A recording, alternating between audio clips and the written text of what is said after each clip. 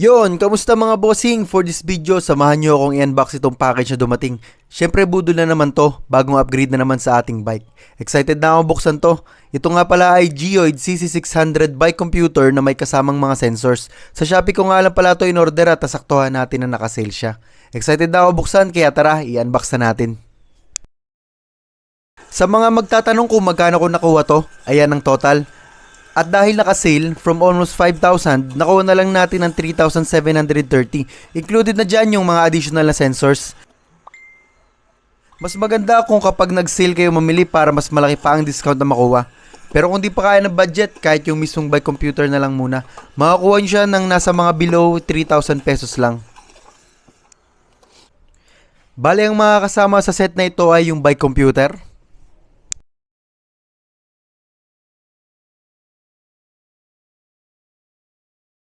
speed at cadence sensor.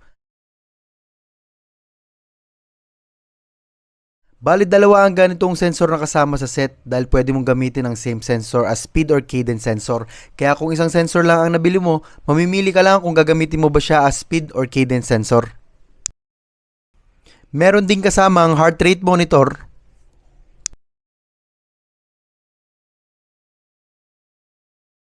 at pinakahuli itong handlebar mount. I-unbox na natin isa-isa, unahin natin dito sa bike mount. Dito sa box, makikita mo na agad yung pinaka-handlebar mount, extra attachments, at saka yung installation guide.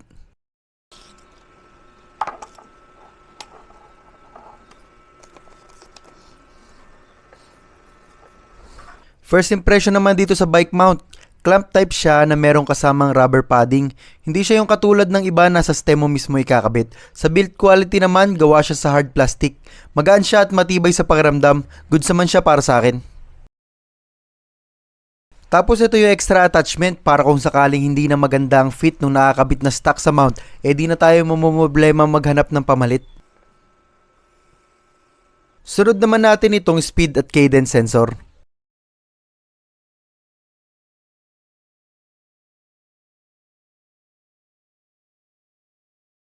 Sa box, meron itong kasamang user manual,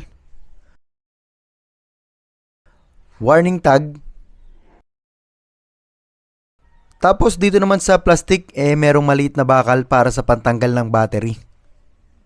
Tapos, mga goma na pangkabit ng sensor sa bike, tsaka itong maliit na rubber padding pang protekta sa sensor at sa surface ng bike. Isunod na natin itong mismong sensor. Ito na lahat ng nakalagay sa box ng speed at cadence sensor. Sunod naman nating i-unbox itong heart rate monitor. Meron na itong kasamang body strap.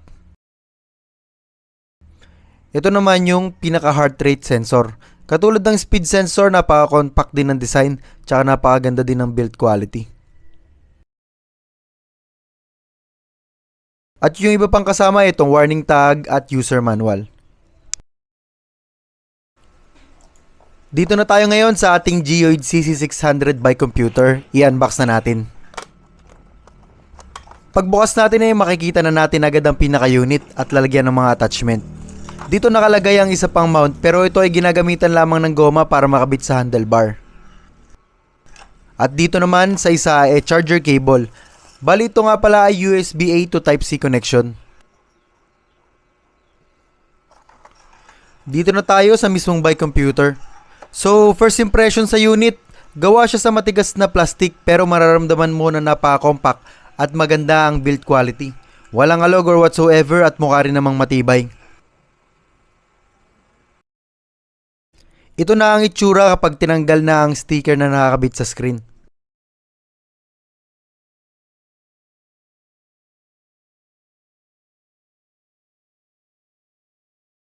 Mabilis din siya mag-boot up at ito agad ang makikita ninyo pagkabukas. Isiset nyo muna ang language tapos may lalabas na kaagad na QR code na i-scan ng phone para makapag-pair. So nag-skip muna tayo dito para ma-navigate ang UI ng device. Panoodin nyo na lang kung ano ang mga nakalagay sa system niya.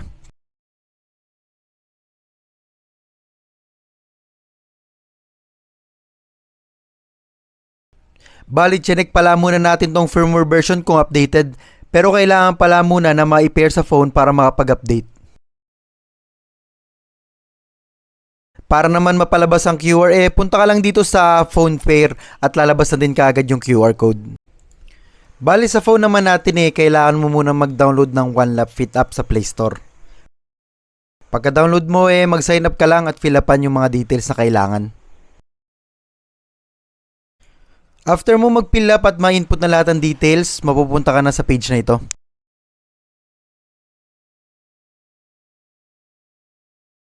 Click lang sa upper right part ng screen tapos i-click ulit ang Add My Device. Mano-mano mong pipiliin kung anong device ang i-pair. Sa case natin, syempre hahanapin natin ang Geode CC600. Pagka-click natin sa CC600, magbubukas na agad ang camera para ma-scan ang QR na nasa bike computer. Pagka-scan, click mo lang ang Pair Now. Hintayin lang saglit at lalabas na itong page na ito.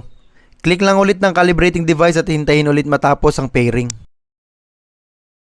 Pag nakita mo tong page na to successful na ang pairing at since first time natin itong sinet up, lalabas na ng kusa ang software update. I-update muna natin. Habang nag-update naman sa phone natin, ganito naman ang magiging itsura sa mismong bike computer. Wala naman tayong dapat pindutin dyan sa point na to. Hintayin lang natin lumabas ang successful na prompt at good to go na tayo. After ng update, ganito na ang itsura ng ating bike computer.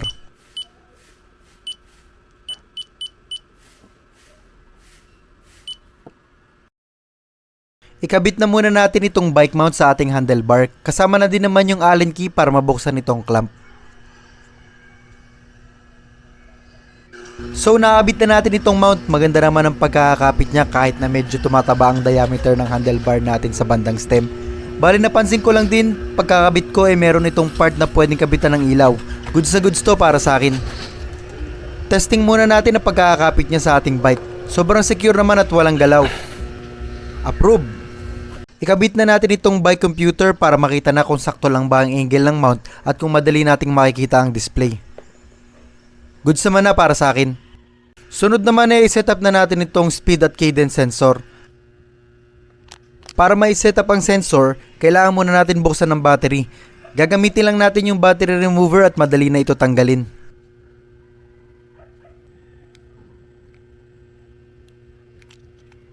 Pagkabukas may makikita tayong plastic sa loob. Tanggalin lang natin ito para magka-power na ang sensor natin.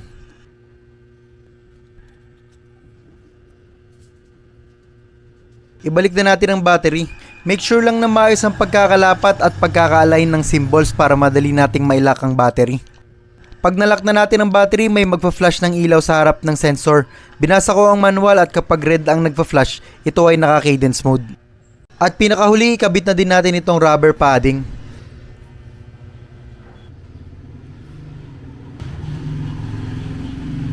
Sa pagkakabit naman sa bike, dito ko ito ikinabit sa part ng crank kung saan nakakabit ang chainring. Wala naman nabanggit sa manual kung saan part mismo ilalagay pero ako, nilagay ko sa part na medyo malapit sa pedal. Uulitin lang natin ulit ang ginawa natin sa cadence sensor para dito sa speed sensor. Take note na same lang sila ng model. Coincidentally, yellow na ilaw na agad ang nag-flash kaya nakasetup na ito agad para maging speed sensor. Pero based sa manual, para maiba ang mode ng sensor kailangan mo lang tanggalin at ikabit ang battery at mag-iiba na ang mode ng sensor. Sa pagkakabit naman dito siya dapat ilagay sa front hub natin. Gamit na lang natin ulit ng goma para makabit. Medyo nahirapan lang ako dito dahil malalaki ang daliri ko pero nairaos naman. Maganda ang placing ng mga sensor at walang alog. Nakatulong din na malaki ang rubber padding para dito. Ngayon para naman ma-detect ng bike computer, sundan nyo lang ito. Punta lang kayo sa sensors at ma-detect na agad automatically ang mga available na sensors. Pinutin lang ang remember sa bawat isa at good to go ka na.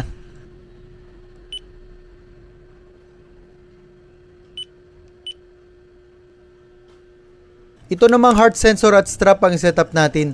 Maganda ang quality ng strap, hindi siya yung mumurahing garter lang.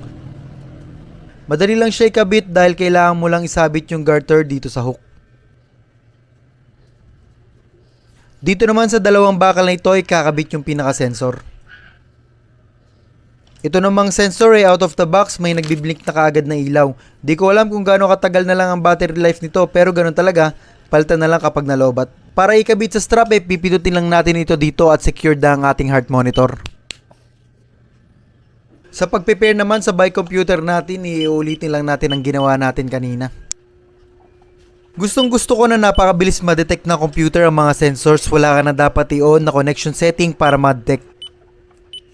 Sa fit naman ng strap, kahit na medyo may katabaan tayo hindi siya masikip sa pakiramdam. For me, di siya makakadagdag sa hingal. Another comment lang pala sa screen napaka-fingerprint magnet niya, pero kahit na maaraw, hindi siya glary. Overall, sobrang satisfied ako sa product na ito. Hintayin nyo yung full review nito at itesting natin yung mga features nito sa mga ride natin. Yun lang muna sa ngayon mga bossing, salamat sa panonood.